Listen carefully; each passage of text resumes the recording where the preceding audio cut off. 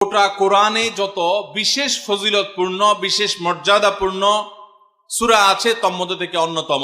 এই তিনটি সূরার মর্যাদা অনেক বেশি। আমি শুধুমাত্র এই তিনটি সূরা সম্পর্কে সংক্ষেপে ফজিলত এবং মর্যাদা এবং কখন কখন আমাদের পাঠ করার নির্দেশ আল্লাহ তাআলা দিয়েছেন, কেন দিয়েছেন সে বিষয়ে কথা বলার পর এই সূরাগুলোর প্রত্যেকটি সংক্ষিপ্ত ব্যাখ্যা অনুবাদে আমরা চলে যাব ইনশাআল্লাহ তাআলা। সম্মানিত উপস্থিতি, সূরা ইখলাস, সূরা ফালাক, সূরা নাস, সূরা কুল হুয়াল্লাহ, সূরা কুল আউযু বিরাব্বিল ফালাক, সূরা কুল আউযু বিরাব্বিন নাস, এগুলা যার যার মুখস্থ আছে একটু হাত তোলেন সবাই। মাশাআল্লাহ, তার মানে আমাদের সবার মুখস্থ আছে। হাত নামায়েন না, হাত উঠায় রাখেন।